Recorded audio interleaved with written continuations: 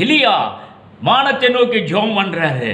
ஜெபம் பண்ணும்போது வானத்திலிருந்து அக்னி இறங்கி வருகிறது என்று வேதம் சொல்லுகிறது. வானத்திலிருந்து அக்னியை இறக்கி அக்னியினாலே நான் ஜெபம் பண்ற ஜெபத்துக்கு பதில் அளிக்கக்கூடிய கடவுள் தான் உண்மையான கடவுள் அப்படின்னு ஓப்பனா சேலஞ்ச் பண்றான். அதே போல வானத்திலிருந்து அக்னி இறங்கினது, துண்டு துண்டாக கட் பண்ணி வைக்கப்பட்ட பலியை பட்சித்து போட்டது. பழைய ஏற்பாடு காலத்தில் வெளியிலிருந்து அக்னி கீழே இறங்கினது. ஆனால் இன்னைக்கு உங்களுக்குள்ள இருந்தே அந்த அக்னி உங்களுக்கு தேவையான உத்தரவை பதிலை வழங்கக்கூடியதாய் காணப்படுகிறது.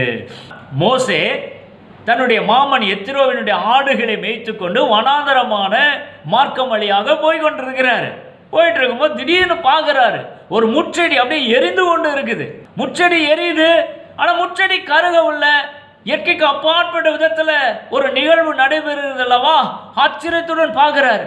என்னது, முச்செடி கபகபகபன்னு எரியுது, அக்னி ஜுவாலையெல்லாம் நான் பார்க்குறேன், ஆனால் முச்செடி கருகவில்லையே, என்னடா இது ஆச்சரியமா இருக்குது அப்படின்னு உத்து பார்க்கிறார் முச்செடியை. அப்போ வசனம் சொல்லுது, முச்செடியின் நடுவிலிருந்து உண்டான அக்னி ஜுவாலையின் மூலமாக தேவாதி தேவன் மோசேனுடனே பேசினார் என்று அந்த வேத பகுதி நமக்கு சொல்லுகிறது அல்லவா? மேலும் யாத்திராகமம் 13ஆம் அதிகாரத்தை வாட்சி பாருங்க. அந்த இஸ்ரவேல் ஜனங்களை வனாந்தர மார்க்கமாக தேவாதி தேவன் அழைத்து கொண்டு செல்கிறார். அப்படி அழைத்து கொண்டு செல்லும் பொழுது இரவிலே அந்த ஜனங்களுக்கு வெளிச்சம் காண்பிக்கக்கூடிய முகாந்தரமாக அக்னி ஸ்தம்பத்திலிருந்து தன்னையே வெளிச்சமாக வெளிப்படுத்தி காண்பிக்கிறார் அந்த தேவாதி தேவன். ஏன்னா அந்த இஸ்ரவேல் ஜனங்கள் வனாந்தர மார்க்கமாக இரவு நேரத்தில் நடந்து கொண்டிருக்கிறார்கள். எங்கிருந்து வெளிச்சம் வரும்? வெளிச்சம் காண்பித்து ஆக வேண்டும் அல்லவா? அதனால கர்த்தர் அக்னி ஸ்தம்பத்தை உருவாக்குறாரு. அக்னி ஸ்தம்பத்திலிருந்து தானே வெளிச்சமாக அந்த ஜனங்களுக்கு வெளிப்படுத்தி காண்பிக்கிறார்.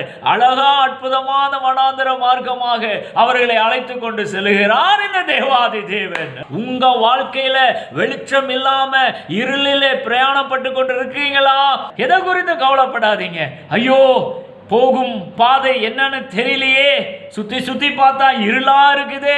நோ நோ நோ, கவலைப்படாதீங்க. அந்த நாட்களிலே தேவாதி தேவன் அந்த ஜனங்களுக்கு எப்படி வெளிச்சமா இருந்து வனாந்தரத்தில் வழி நடத்தினாரோ, உங்களுக்குள்ள இருக்கிற ஆவியானவர் அக்னி ஸ்தம்பமா இருக்கிறாரு, அக்னி ஜுவாலையா இருக்கிறாரு. நீங்க போக வேண்டிய பாதையை சரியா காண்பிக்கக்கூடியவரா இருக்கிறாரு. வெளிச்சத்தை ஆங்காங்கே பிரகாசிக்க பண்ணக்கூடியவரா இருக்கிறாரு. அக்னியினால் உத்தரவு அருளும் தெய்வம் உங்கள் தெய்வம்.